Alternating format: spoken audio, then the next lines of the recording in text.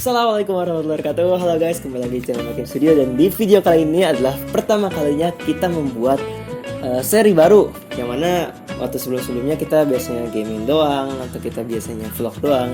Kali ini kita akan membawakan serial terbaru yang namanya podcast, dan judulnya itu Ngobrol Hayu. Oke? Jadi isinya bakal apa aja sih? Jadi teman-teman semua yang baru pertama kali mendengarkan ini atau pertama kali masuk ke channel ini, jadi ini merupakan episode terbaru ataupun serial terbaru dari video channel Makin Studio, dan mana di serial kali ini kita akan berbicara dengan berbagai macam figur atau berbagai orang ya, dan kita akan mendapatkan berbagai macam ilmu ataupun pengetahuan lebih dengan cara yang ngobrol-ngobrol biasa aja. Dan semoga harapannya dengan adanya serial baru ini bisa memotivasi teman-teman semua dan juga memberikan inovasi buat semuanya. Oke. Dan di episode pertama kali ini, di episode Ngobrol Hayu, aku mengangkat tema santri dan rumah. Oke ya guys. Dari sini aku sudah terhubung dengan salah satu teman kita yang kita namanya Fursan Ruhbani. Oke. Assalamualaikum Fursan. Ya, waalaikumsalam warahmatullahi wabarakatuh. Gimana kabarnya, sehat? Alhamdulillah sehat, Kak. Oke. Jadi Fursan Ruhbani ini adalah salah satu alumni dari SMPIT Ashifa Body School. Yang mana kenapa kita mengangkat tema ini, karena ini salah satu hal yang cukup menarik ya untuk dibicarakan. Karena sebagaimana kita tahu, santri itu ketika ada di pesantren itu yang benar-benar dibina dan ditempa untuk menjadi lebih baik lagi. Benar. Sedangkan ketika di rumah itu dia tuh kayak apa ya, kayak ada rasa yang beda gitu. Tiba-tiba aja kita tuh sebagai santri, sebagai aku sendiri juga santri ya, itu ngerasa kayak kok ada yang beda gitu, feeling buat semangatnya buat ngapa-ngapain loh, melakukan kebiasaan di sana tuh agak susah. Nah Ya, di episode kali ini kita bakal ngobrol tentang ini nih, perbedaan santri antara di pesantren dengan di rumah. Oke, udah siap San buat lanjut ini? Nah, insya Allah udah siap. Ya. Jadi di sini aku punya beberapa pertanyaan yang bakal aku ajuin ke Fursan ya, dan kita akan mendengarkan respon dari dia atau jawaban dari Fursan ini. Oke San, udah lama juga ya kita pulang dari pesantren ya, apalagi kelas 9 ya San waktu itu. Pulang itu tanggal berapa San? Bulan apa? Oh, itu berarti bulan Maret ya. Maret tanggal 12 ya. Udah sekitar April, Mei. Udah mau 3 bulan ya. Ya, alhamdulillah. Masuk lagi kapan? Ya, insya Allah ya perkiraan akhir Juni ya. Kan nggak lanjut di Ashifa lagi, jadi belum ada keputusan dari pihak sekolah barunya ini. Oh, tapi udah dapat ya intinya mah ya. Ya, alhamdulillah. Semoga yang terbaik lah. Amin. Ya, gimana kabarnya setelah pulang dari Ashifa? Ya, ada yang berbeda alhamdulillah gitu ketika di rumah? Kalau ditanya kabar sih ya, kalau secara kondisi fisik terus kondisi keluarga ya baik-baik aja gitu. Cuma yang masalahnya itu kondisi hati kita biasanya kan. Kalau anak pondok pulang ke rumah itu ya biasanya gimana ya? Kalau udah pulang tuh serasa bebas gitu. Serasa di pesantren itu kayak penjara, emang kita dibangunin pagi-pagi, terus kalau ada kesalahan pasti langsung diungkapkan gitu sama guru lah di sidang dan sebagainya. Jadi persis kayak penjara, cuma penjara yang notabene suci gitu ya. Terus ibaratnya kita pulang ke rumah itu udah bebas banget.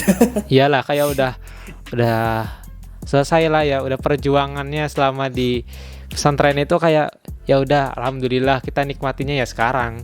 Bisa gimana lagi? Iya, istirahat gitu lah, kan, iya. Dan memang itu tuh kebanyakan mindset kita sebagai santri itu kayak gitu loh. Kita udah capek banget di pesantren gitu kan. Kita pengen istirahat di rumah gitu. Cuma kan itu bertolak belakang banget sama yang diharapkan oleh masyarakat ataupun keluarga kita kan di rumah itu. Iya, benar itu. Keluarga kita tuh mengharapkannya pengen bagus, tapi ya kita mah pengennya ya gitu. Oke, tadi kan kamu bilang gini San, di pesantren itu pasti banyak banget hal yang menarik gitu kan, yang ngena banget lah ketika di pesantren. Iya. Ada nggak sih kenang-kenangan gitu yang paling kerasa gitu, yang paling diingat terus ketika di pesantren? Ya kalau kenang-kenangan ya atau sesuatu yang paling keinget terus gitu sampai sekarang ya paling kebersamaannya itu. Jadi setiap orang yang di pesantren kan pasti punya temen deket. Nah, tapi nggak cuma satu aja. Jadi banyak banget temennya, mau dari kakak kelas, mau dari adik kelas, bahkan sampai guru aja ada yang dekat gitu sama si santri itu. Nah, kan kebersamaannya itu yang paling enak. Waktu lagi yel-yel bareng, waktu lagi makan bareng, waktu lagi sholat bareng, itu kan kerasanya enak banget itu. Nah, waktu udah balik ke rumah, kerasanya signifikan banget. Kayak iya sepi banget itu. Bahkan sampai banyak curhatan-curhatan ya. Misal bilang, "San, ini nih sepi banget, udah kangen sama temen aja di rumah." Ya sepi banget gitu katanya kan ya. Cuma anehnya gitu pas kita di rumah tuh pengennya ke sekolah. Pas Nah, ya sekolah pengennya benar ke benar. rumah gitu. Ya gitu Emang terus ya. namanya manusia mah emang gak ada puasnya kan. Iya, kayak siklus Gitu. hidupnya ya kayak gitu. Nah, Heeh. nah, terus kan emang itu sih menurut aku juga ya sih. Emang yang paling kerasa itu di pesantren tuh ketika kita bareng-barengnya itu loh. Karena udah mah kita kalau misalkan kita di negeri ya, itu kan teman-teman kita kan ya terbatas, lingkungan juga paling dari situ-situ juga. Sedangkan dari Iya, pesantren iya. itu dari luar pula, bahkan luar negeri juga Mm-mm. bisa gitu ya teman. Iya, Jadi kita luas benar-benar itu belajar hal cangkupannya. yang baru gitu. Hmm. Oke. Oke nih, setelah ditempa ya selama 1001 malam ya, nah, ya nah bahasanya ya. Apa sih yang paling kerasa gitu ketika udah sampai rumah gitu setelah nyantri gitu? Yang paling kerasa ya Efeknya ya. apanya ya? Kalau paling kerasa itu ya dari segi ibadahnya ya. Kalau ibadahnya itu mungkin dibanding tahun-tahun sebelumnya sebelum masuk pondok ya mungkin lebih meningkat dari tahun-tahun sebelumnya, meningkat dari baca Al-Qurannya, sholatnya. Nah, tapi itu mungkin berlangsungnya ya 1 pekan, 2 pekan, 1 bulan, ya kayak gitu aja gitu ya kan. Bener banget. Apa ya, baru ini dari nyapu ngepel aja bantuin orang tua. Karena sendiri ya gimana ya, 1 pekan Futurnya waktu tuh, pulang ke rumah tuh ya. Jadi ya enak-enak aja nyapu, kayak di sekolah di kamar ya biasa-biasa aja nyapu ngepel bantuin orang tua. Nah waktu udah 1 bulan di rumah rasa malasnya itu muncul loh, kayak udah ada gadget, udah ada TV, udah bisa tidur lebih lama lagi daripada di pesantren ya, nafsunya jadi ke arah yang kayak gitu, tidur, Bahkan main game. pekan Iya. pertama aja san aku udah down san. Emang susah Iya gitu. sih. Oke. Ini ya kan emang banyak banget yang ya mungkin nggak cuma kita berdua doang, mungkin teman-teman Iya, kita iya. dari pesantren juga ngerasa gitu kan. Kalau Banyak. dari Furtan sendiri yang paling susah gitu, misalnya kamu udah ngebiasain nih, kita udah ngebiasain buat ngelakuin kebiasaan di pesantren, yang paling susah buat diaplikasiin ketika di rumah tuh apa sih? Kalau yang paling susah ya itu menurut anak sendiri baca Al-Quran kalau sekarang. Nah, kenapa baca Al-Quran itu yang paling susah? Soalnya di rumah itu ya paling bisa ngajinya di kamar. Nah, habis itu di kamar bawa HP kan. Lagi ngaji. Alasannya tuh banyak. Iya lah, banyak alasan kan ya. Terus ada notifikasi dari Twitter, dari Instagram, apalagi dari YouTube, apalagi dari TikTok tuh. Kalau yang suka nonton TikTok Dia kan, bentar ya, gitu kan ya. itu udah Sekedap silah kayak hati salah.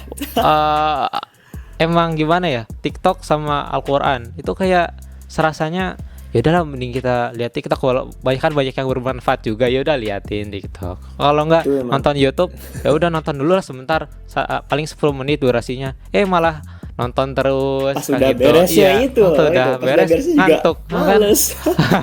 Udah males ngantuk lagi tidur, ya udah gitu aja terus setiap hari. Masalah banget sih. Heeh. Nah, dibanding sama di pesantren kan, kalau ngaji bisa di masjid. Terus ada yang nyemangatin, ada guru tahfiz. Habis itu ditekan biar kita itu bisa setoran setiap hari. Kalau di rumah ya boro-boro setoran gitu kan ya. Nambah hafalan aja enggak.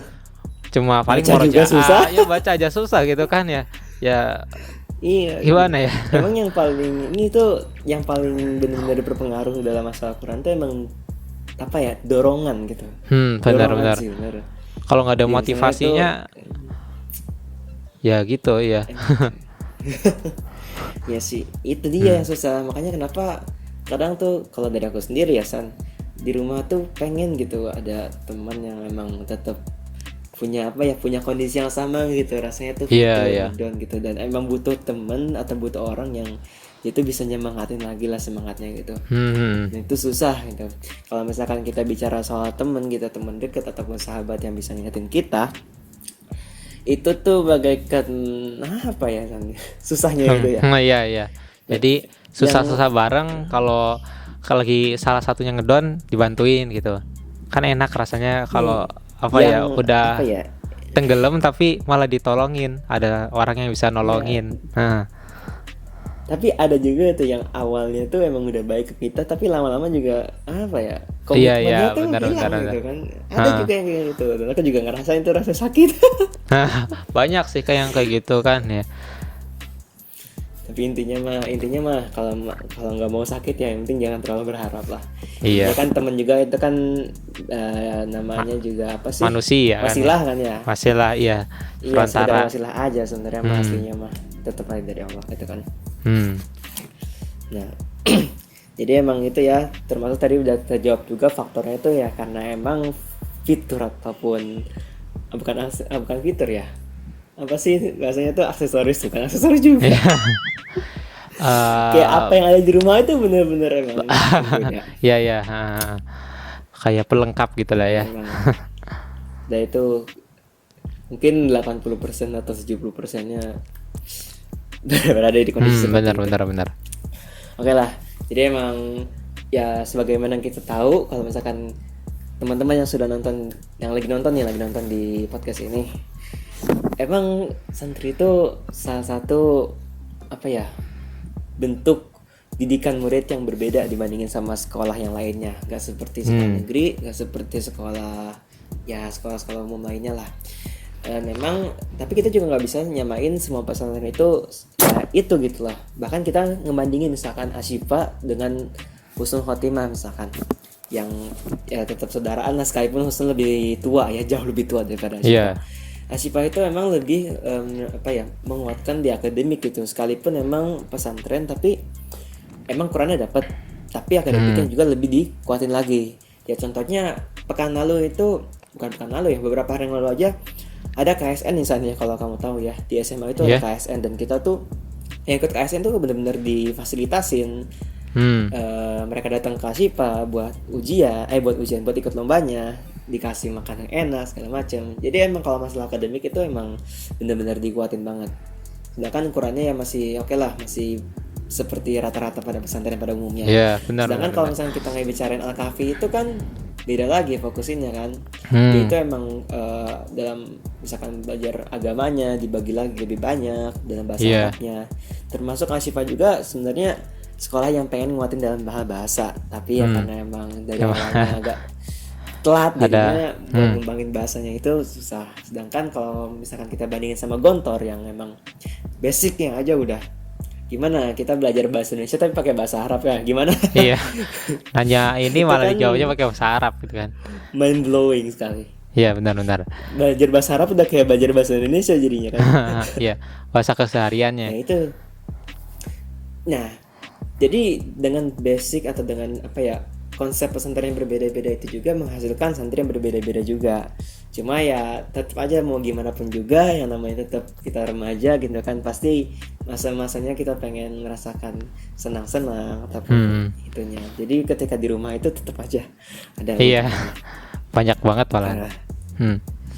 Oke, jadi kita udah lumayan lama ya. Buat podcast episode pertama ini kita buat ya mukadimah aja, buat sharing-sharing aja ke kalian yang melihat kayak wow, ketika santri pulang itu bisa jadi anak negeri. ya iya lah, kan, ya. Bisa dibilang kayak gitu ya. Malah ada yang banyak yang bilang kan ya, kalau anak pesantren itu sebenarnya sama aja kayak anak di luar. Ya sebenarnya emang sama aja, cuma anak pesantren itu mereka dibina di tempat yang itu jauh dari HP, dari alat gadget lah dan sebagainya. Nah tapi kalau udah pulang ya sama aja dihadapin sama gadget, sama teman-teman yang di rumahnya, mau yang baik mau yang kurang baik ya tetap aja sama gitu. Iya benar. Terus juga apa ya? Tapi minimal sih katanya, aku pernah dikasih tahu sama guru waktu SMP nih misalnya. Ya. Seburuk-buruknya apa ya, pergaulan anak santri itu sekecil-kecilnya pergaulan anak negeri gitu. Maksudnya selain pesantren misalnya. Jadi apa ya? Jadi minoritas lah ya. Buruk gitu minoritas kan, di itu tuh luar. Di luar itu hal yang kecil gitu.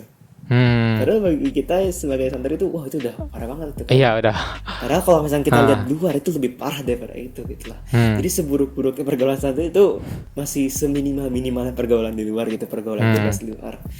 Dan juga sebenarnya ada nilai plusnya juga gitu. Sekalipun ya di rumah itu kita ngedeng lagi, ya kita harapannya sih nggak pengen ya. Cuma apa boleh buat kalau misalkan emang cuma ngomong doang emang nggak bakal ngefek. Iya benar-benar. Banget. Nah nilai plus dari santri itu sekalipun ya di rumah itu dia baik lagi, tapi paling enggak ketika dia pesantrennya itu lah. Nah, minimal itu aja sebenarnya. Itu nilai plusnya gitu. Kalau misalkan di sekolah lain ya belum tentu lah. Kalau di pesantren kan ya minimal. Di pesantrennya lah udah bagus lah.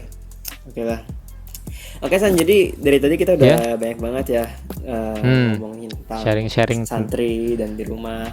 Sharingnya cukup menarik lah buat perdana banget ini ya, episode pertama dari Ngobrol Hayu. Nah sebelum kita closing nih, karena kita udah sampai di penghujung acara ya, aku pengen minta tolong nih San, minta apa ya bahasanya, closing statement lah buat kita semua yang nonton di sini, sama buat teman-teman santri kita yang mungkin sedang menjadi pemuda tersesat. Mungkin butuh apa ya, pencerahan atau motivasi yang enteng-enteng gitu. Mungkin di antara kita ada yang malas buat dengerin kajian lama-lama 1 jam 2 jam. Mungkin dengan dengerin podcast ini lebih cepat gitu kan, bisa kita kasih bumbu-bumbu motivasi lah biar kita bisa lebih nge-up lagi lah. Gimana San? Iya. Kalau menurut Ana sendiri ya, untuk kalian semua ya yang nonton itu sesuai hadis Nabi itu kan ya. Al imanu yazid wa yanqus. Yazid bi ta'ah wa yanqus bil ma'siyah. Jadi iman itu naik turun. Ada masanya kita naik itu gara-gara ketaatan kita kepada Allah. Sedangkan kalau kita imannya lagi turun itu ya karena maksiat-maksiat kita. Mau nyuri, mau berkata kasar dan sebagainya.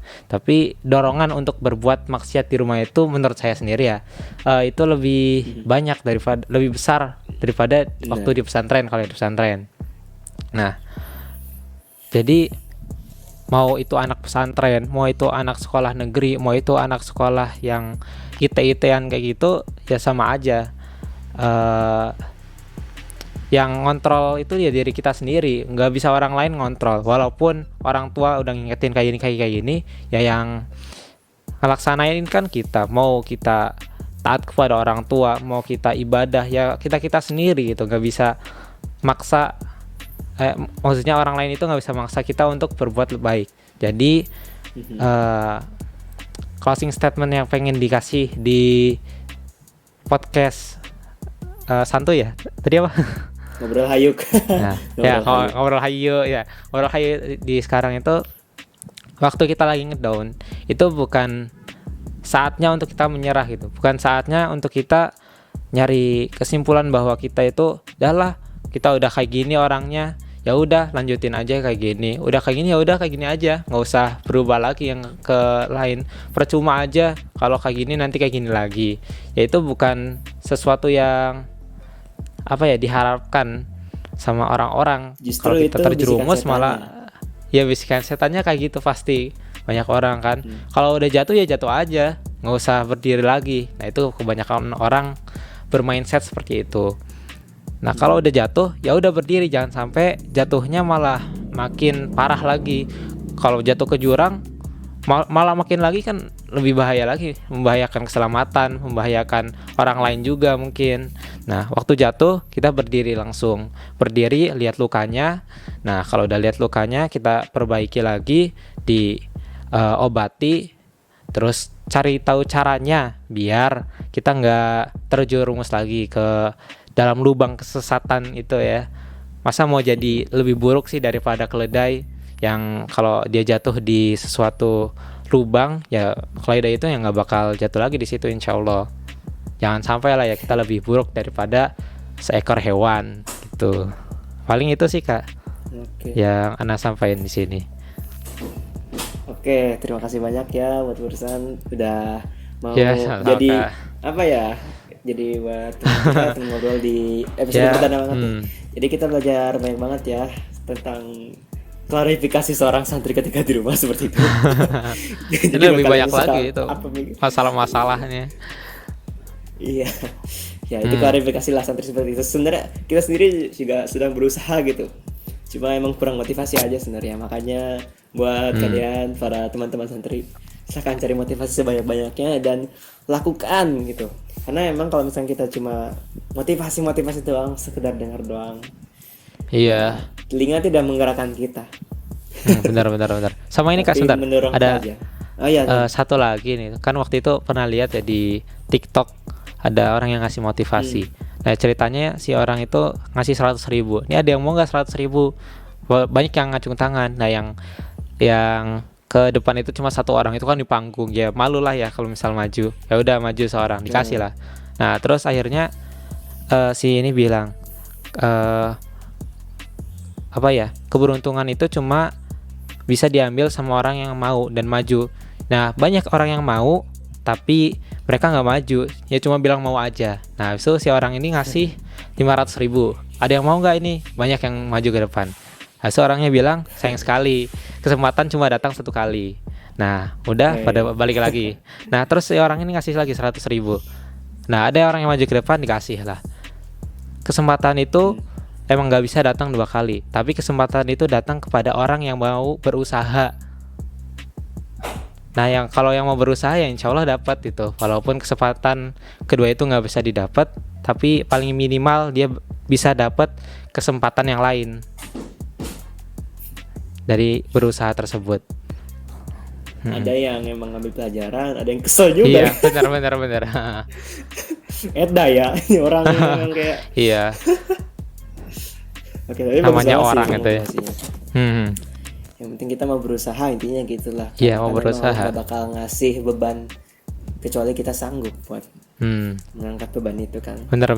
Oke San, udah mungkin itu aja kali ya buat kali ini ya, kesempatan kali ini. Mungkin kita bisa ngobrol di kesempatan lain kali, mungkin Benar. di podcast selanjutnya. Insya Allah.